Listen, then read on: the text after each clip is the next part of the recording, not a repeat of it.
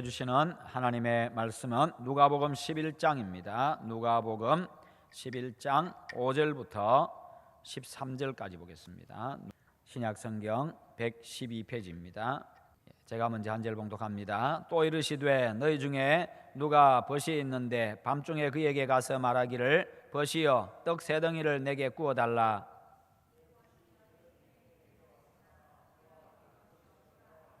그가 안에서 대답하여 이르되 나를 괴롭게 하지 말라. 문이 이미 닫혔고 아이들이 나와 함께 침실에 누웠으니 일어나 내게 줄 수가 없노라 하겠느냐.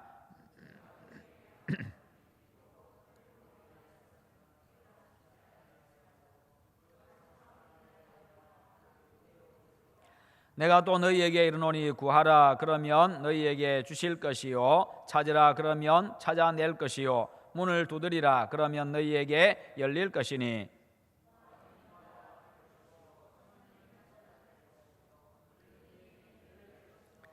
너희 중에 아버지 된 자로서 누가 아들이 생선을 달라 하는데 생선 대신에 뱀을 주며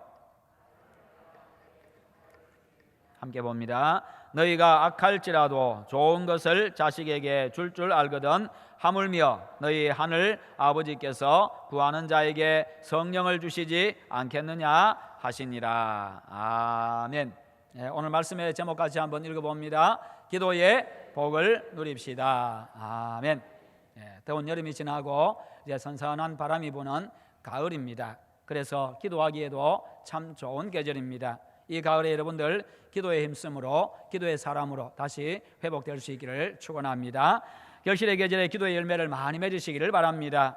성경에서는요 기도에 대해서 부르짖는 것으로 그리고 아뢰는 것으로 하나님께 구하는 것으로 그렇게 표현을 하고 있습니다. 오늘 본문에도 보면요 9절에 구하라 찾으라 문을 두드리라 이런 말로서 기도를 표현하고 있습니다. 기도하라 그 말입니다. 이처럼 기도는요 하나님께서 당신의 백성들에게 내리는 명령입니다. 나에게 와서 이야기하라 나와 함께 대화하자 라고 그렇게 하나님 우리에게 명하고 계십니다. 하나님의 부르심에 여러분들 항상 그 부르심에 응답하여 하나님께 나아가는 여러분 되시기를 축원합니다. 그리고 이 기도는요 명령인 동시에 약속입니다. 엄밀하게 말하면요 약속을 가진 명령입니다. 구하라 그 명령 다음에 그러면 너희에게 주실 것이요 찾으라 그 명령 다음에는 그러면 찾아낼 것이다. 문을 두드리라 이 명령 다음에는 그러면 너희에게 열릴 것이다. 바로 이와 같은 약속을 하고 있습니다. 기도에는 이 약속의 측면이 강한데요 이 약속은 반드시 지켜지는 약속입니다. 부도의 위험이 전혀 없는 100% 성취가 보장된 약속입니다.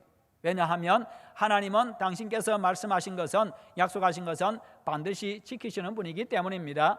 뿐만 아니라 하나님은 전능하신 창조주이십니다. 그래서 그분은 능치 못한 일이 없기 때문에 하나님은 반드시 그 약속을 성취하신다는 것입니다.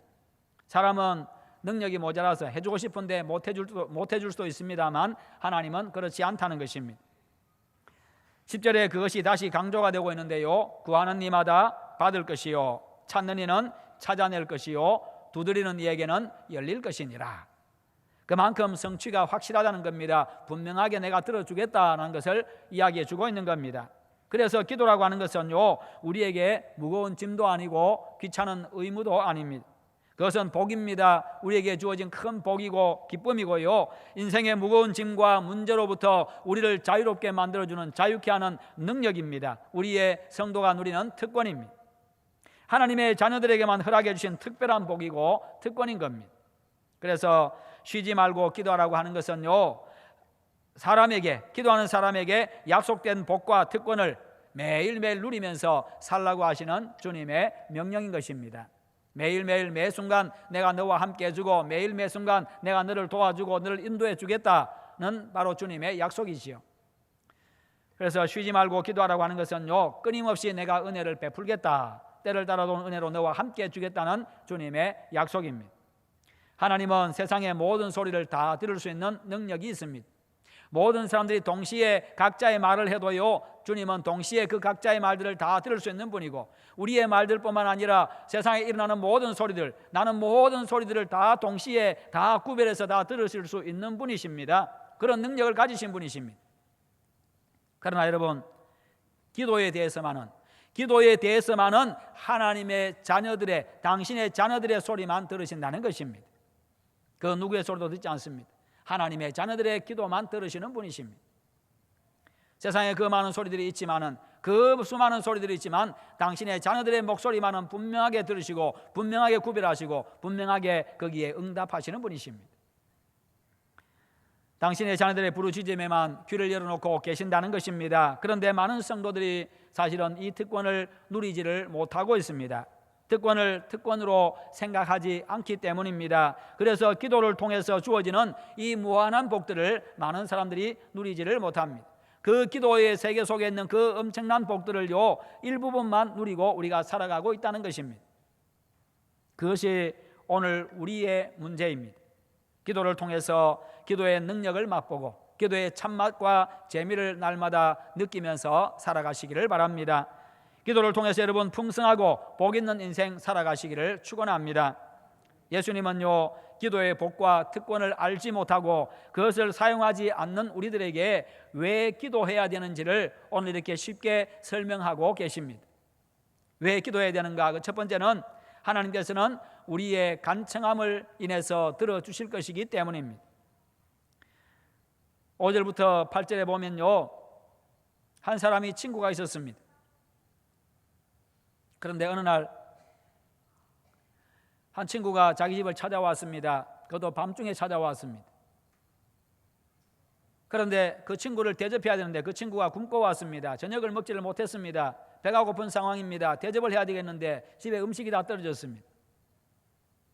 그래서 가까운 친구에게 찾아갔습니다. 찾아가서 밤이 늦었지만은 그러나 문을 두드립니다.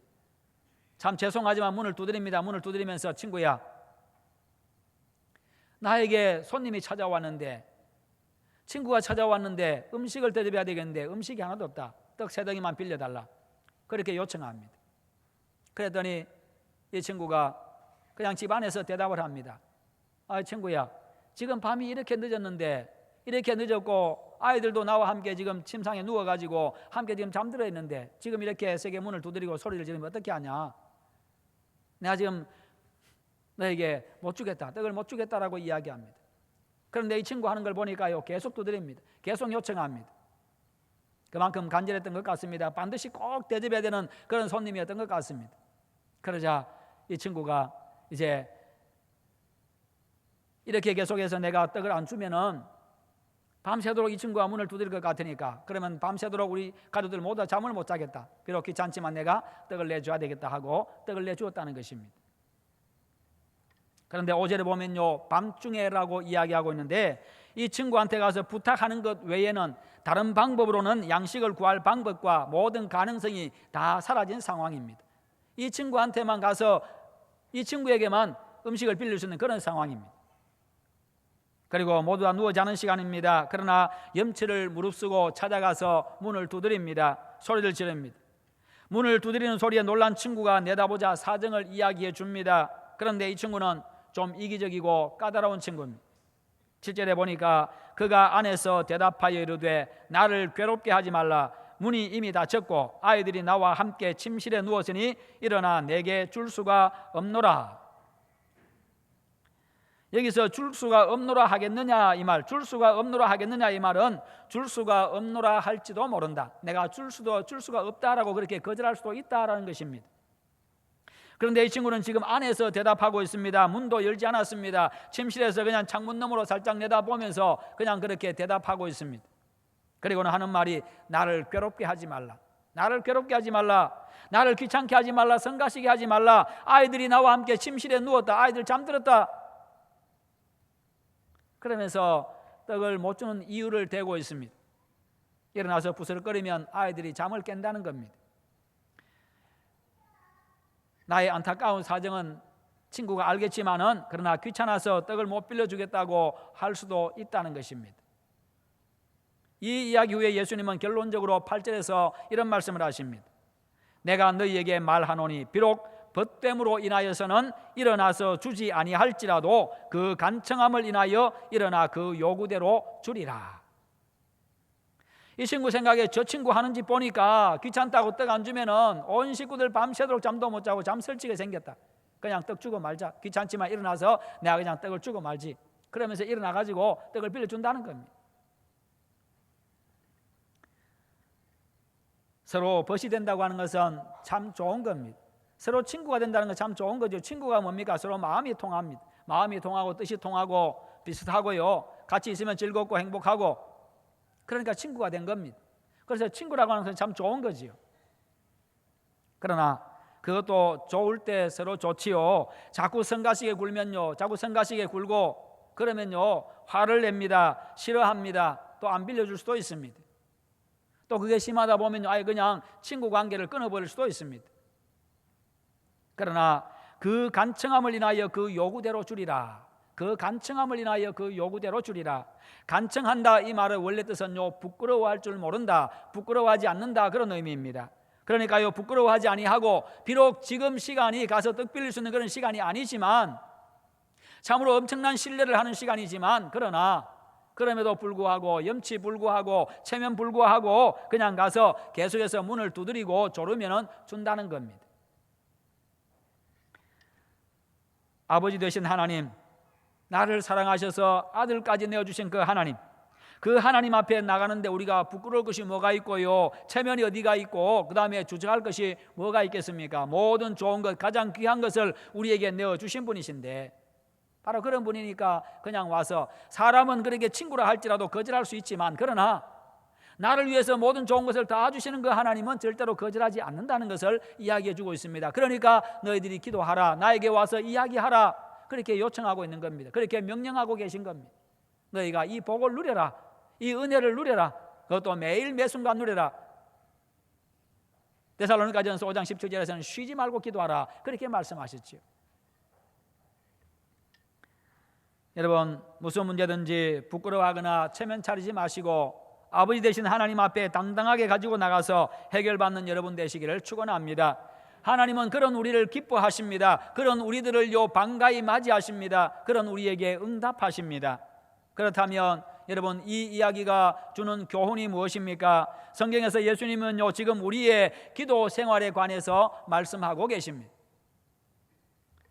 예수님 보실 때 사람들이 기도하지 않는다는 겁니다. 기도에 은혜가 있고 기도에 복이 있는데, 기도에 특권이 있는데, 기도하면 많은 것을 누릴 수가 있는데 그것을 하지 않는다는 겁니다. 많은 사람들이 식사기도 외에는 통하지를 않습니다. 밥은 먹어야 되겠고 하니까 식사기도는 하는데 그 외에는 잘 하지 않습니다. 자기 생각에 불가능하다고 판단되면 아예 처음부터 포기해버립니다. 계산되지 아니하고 내 능력이 안 된다고 생각하면 아예 포기해버립니다. 웬만한 일은 자기 생각대로 합니다. 자기 힘으로 다 처리해버립니다. 그러니까 기도하지 않아도 별 어려움이 없다는 거예요. 기도하지 않아도 별 어려움이 없을 수밖에 없는 이유가, 안 되는 건 포기해버리니까, 되는 일만 하니까. 이게 현대 그리스도인들의 모습이기도 합니다. 그래서 성도들이 힘을 잃어가고 있습니다. 자기 힘 가지고만 사니까요.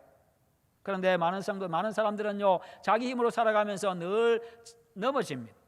늘 실패합니다. 자기와의 싸움에서 실패하고, 환경과의 싸움에서 실패하고, 여러 가지 문제들과의 싸움에서 실패합니다. 그냥 넘어집니다. 포기합니다. 패배합니다. 그렇게 힘을 잃고 살아갑니다. 도전정신이 없습니다. 한번 그냥 돌파해 나가고자 하는 그 도전정신이 많이 사라져버렸습니다. 이 믿음의 야성들이 다 사라져버렸어요. 그냥 호랑이와 같고 독수리 같은 그런 모습들이 사라져가고 있다는 것입니다. 성도는 많은데 능력 있는 성도가 적습니다.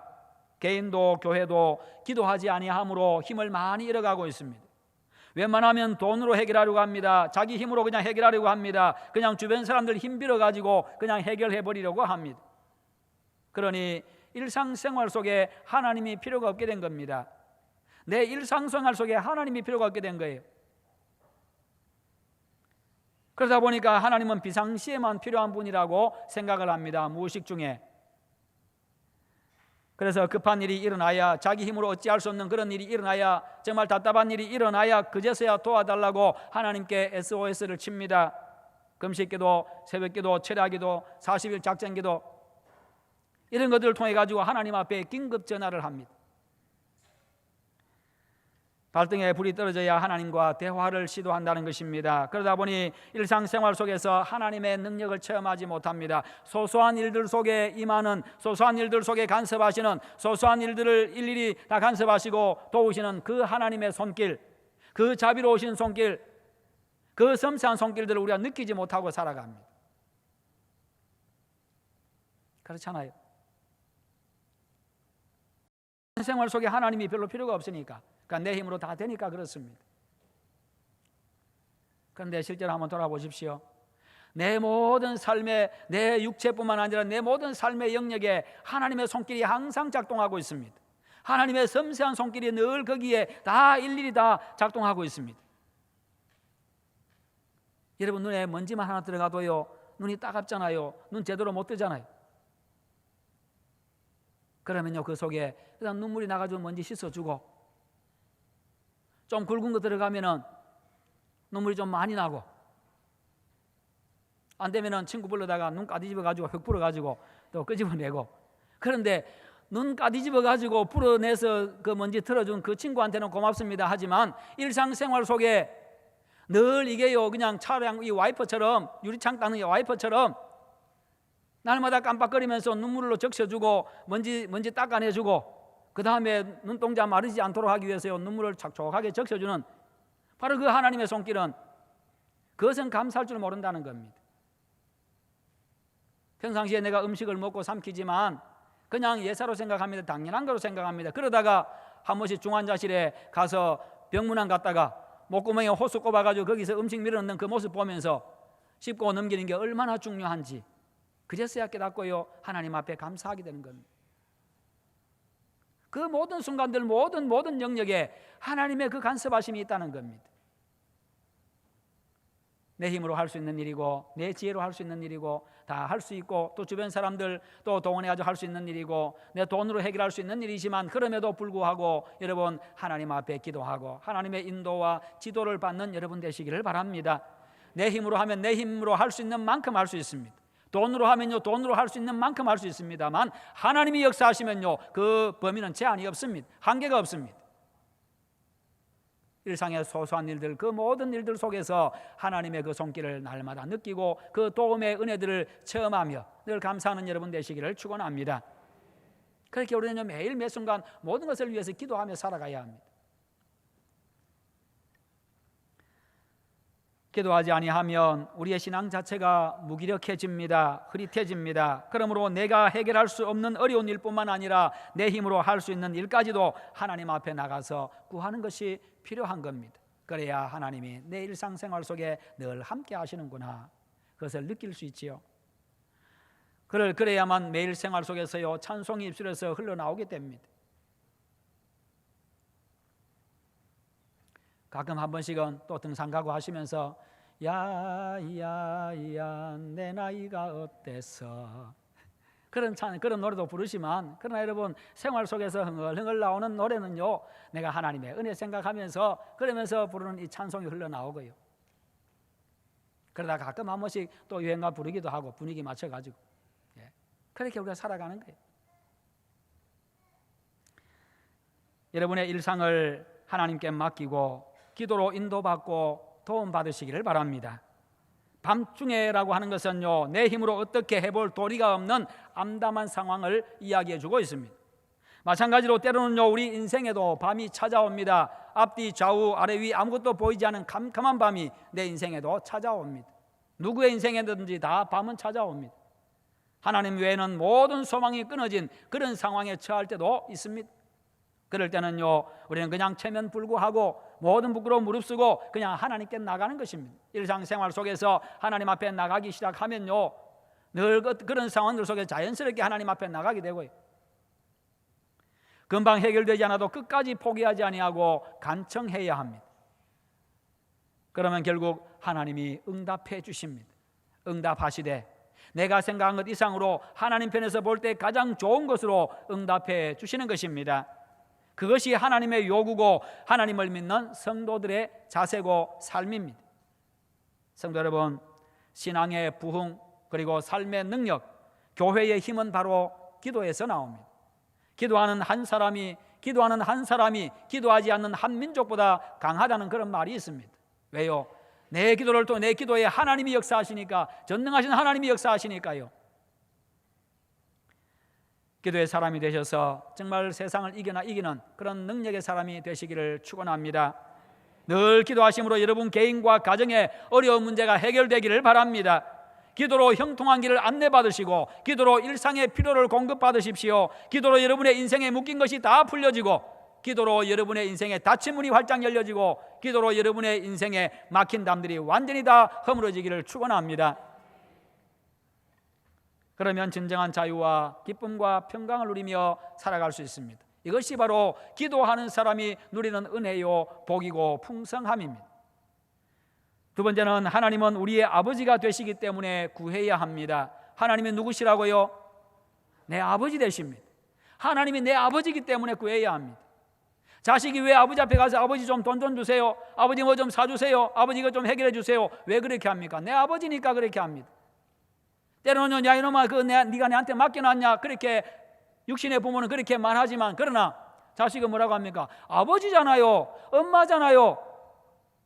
그래서 당당하게 이야기하는 겁니다. 집 지을 때 벽돌 한 장 안 쌓았지만 우리 집이라고 이야기하고 내 집이라고 이야기합니다. 여러분, 하나님이 내 아버지가 되시는 것, 이 관계가 얼마나 중요한지 모릅니다. 이 관계가 얼마나 중요한지 몰라요. 이 관계의 즐거움, 이 관계의 복, 이 관계의 풍성함을 우리가 누려야 됩니다. 그 아버지는 바로 천지를 창조하신 전능하신 하나님 아버지시고, 나를 위해서 독생자 예수님 보내서 나 대신 죽게 하신 그 아버지십니다. 그 관계를 우리가 누려야 돼요. 우리 큰아들 광념이가 초등학교 1, 2학년 때쯤이었습니다. 어느 날 우리 집에 손님이 왔다가 가게 됐는데, 우리가 이제 배웅을 했습니다. 엘리베이터 앞까지 배웅을 하고, 마산에서 부목사로 있을 때입니다. 이제 집으로 왔더니 이 큰아들이 문을 잠궈버렸어요. 분명히 우리가 나가는 걸 아는데 문을 잠궈버렸어요. 그래서 띵동 했더니 누구세요? 그래. 아빠다. 그랬더니 누구 아빠예요? 그래. 그래서 누구 아빠예요? 이렇게 묻길래 제가 누나 이름 부르면서 신실이 아빠다 그랬더만, 신실이 아빠가 누구예요? 그래. 그래서 제가 제 동생 이야기하면서 경건이 아빠다 그랬더니 경건이 아빠는 누구예요? 그러는 거예요. 그래서 마지막에 광념이 아빠다 그랬더니 생글생글 웃으면서 문을 싹 열어주는 거예요. 그래서 예. 내가 지 아빠이기 때문에 이 관계를, 그래서 문을 열어준다는 겁니다. 그래, 아버지와 자식의 관계, 이 관계가 그만큼 중요한 겁니다. 내가 하나님 아버지의 아들이고 내가 하나님 아버지의 딸이기 때문에 하나님이 하늘문을 열어주시는 겁니다. 내가 나가면 만나주는 거예요. 내가 말하면 들어주시는 겁니다. 여러분, 이 관계의 복을 누리시기를 축원합니다. 뭘 통해서요? 기도를 통해서. 그렇게 자꾸 대화하면요, 하나님하고 자꾸 친밀해져요. 점점 친밀해집니다. 부모하고 친밀한 이 관계, 부모 자식 간의 친밀한 관계 되면요, 아버지의 마음이 행복합니다. 자식의 마음이 행복합니다. 그러나 부모 자식 관계가 서먹서먹해 보세요. 큰 불행이잖아요.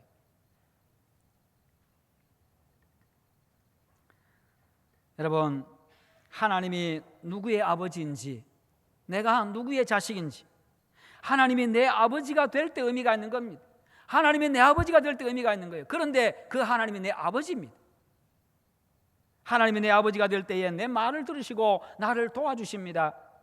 지나가는 아이가 아무나 돈을 요구한다고 돈 주지 않습니다. 지나가는 아이가 문 열어서 내가 이 집에 좀 살자고 이야기한다고 해서 살게 해주지 않습니다. 자식에게만 주고요, 자식에게만 문 열어주고 자식만 내 집에 살게 합니다. 그래서 하나님은요, 우리에게 필요한 것을 아버지께 구하라고 말씀하십니다. 기도하는 것 자체가 하나님을 아버지로 믿고 시인하는 신앙 고백입니다. 기도하는 것 자체가 하나님의 존재를 인정하는 것이고, 기도하는 것 자체가 하나님의 응답을 믿는 것이고, 기도하는 것 자체가 바로 하나님이 내 아버지 되심을 내가 믿는 신앙 고백입니다. 그러므로 내 아버지가 되시는 하나님 앞에 늘 기도하는 여러분 되시기를 축원합니다. 11절과 12절에 너희 중에 아버지 된 자로서 누가 아들이 생선을 달라 하는데 생선 대신에 뱀을 주며 알을 달라 하는데 전갈을 주겠느냐. 지금 생선과 뱀이 대비가 되고 있고 알과 전갈이 대비가 되고 있습니다. 서로 대조되는 말을 지금 단어를 사용하고 있습니다. 지금 유익한 것과 치명적으로 해로운 것이 서로 대비가 되고 있습니다.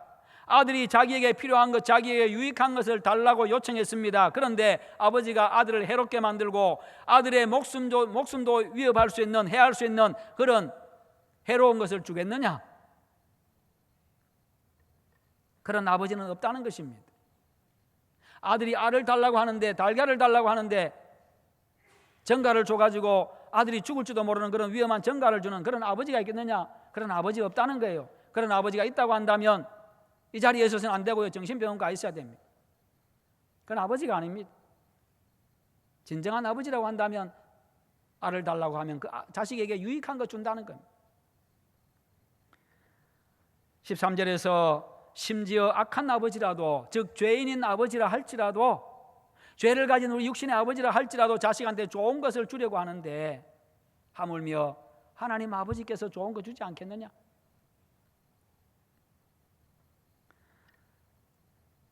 도둑놈 아버지가 있습니다. 그런데 그 아버지가 자식 불러 앉혀놓고 얘야, 요즘에 뭐든지 한 가지만 잘하면 돼. 뭐든지 죄 잃은 자가 되면 돼. 남의 집 담 넘어서 남의 물건 한번 훔쳐봐. 그 얼마나 재밌고 짜릿한지 모른다. 너도 한번 해봐. 그렇게 이야기하는 아버지는 없습니다. 여러분, 내가 잘못 살지만 그러나 너는 바르게 살아야 돼. 너는 정직하게 살아야 되고. 이것이 부모의 마음입니다. 세상의 악한 아버지도 죄인도 그런데 하물며 하늘에 계신 선하신 하나님께서, 나를 그토록 사랑하시는 하나님께서 구하는 자들에게, 구하는 자식들에게 좋은 거 주시지 않겠느냐? 그러니 문제는 우리가 구해야 된다는 겁니다. 기도해야 된다는 겁니다. 하나님 앞에 나가서 요청하라는 겁니다. 모든 좋은 것을 주고 싶어 하시는 하나님 아버지 앞에 구하라고 하는 겁니다. 우리가 설령 잘 몰라서 잘못 구했다 할지라도 하나님 아버지는 좋은 것으로, 알아서 좋은 것으로 주신다는 겁니다. 자식이 잘 몰라가지고 생선을 달라고 한다는 것이 뱀을 달라고 했습니다. 그렇다고 해서 아버지가 뱀을 줄 아버지는 없습니다. 아, 이놈이 지금 생선이 먹고 싶구나. 자식의 마음 알고 생선을 줍니다. 달걀을 먹고 싶은데 전갈을 달라고 했지만 그런 아버지는 알고, 전갈을 주면 해로우니까 알고 달걀을 준다는 겁니다. 우리 하나님 아버지는 그런 분이십니다. 그러므로 여러분, 아무것도 염려하지 마시고 하나님 아버지께 구하셔서 늘 좋은 것으로 응답받으시기를 축원합니다. 세 번째는요, 우리 하나님께서는 구하는 자에게 좋은 것, 곧 성령을 주시겠다고 약속하셨기 때문에 그 약속을 믿고 기도해야 합니다. 어떤 목사님이 신경통으로 고생하는 할머니 앞에 할머니를 위해서 안수기도를 해줬습니다. 기도하고 나서 할머니 좀 어떠세요? 물었더니 할머니 대답, 비가 와봐야 알지요. 기도할 때는 받은 줄로 믿는 그 순수한 믿음으로 기도하시기를 바랍니다. 13절 후반부에 보면요, 하물며 너희 하늘 아버지께서 구하는 자에게 성령을 주시지 않겠느냐. 즉 하나님께서는 구하는 자에게 성령을 주신다고 했습니다. 예수님께서 기도에 대해서 말씀하시다가 갑자기 성령을 이야기하고 있는데 이것은 성령의 은사를 이야기하는 게 아니라 지금 좋은 것을 성령으로 표현하고 있는 겁니다. 가장 좋은 것을 지금 성령이라는 말로 표현을 하고 있는 겁니다. 그러니까 구하는 자에게 가장 좋은 것 주시는 하나님이시다. 그러니 기도하라.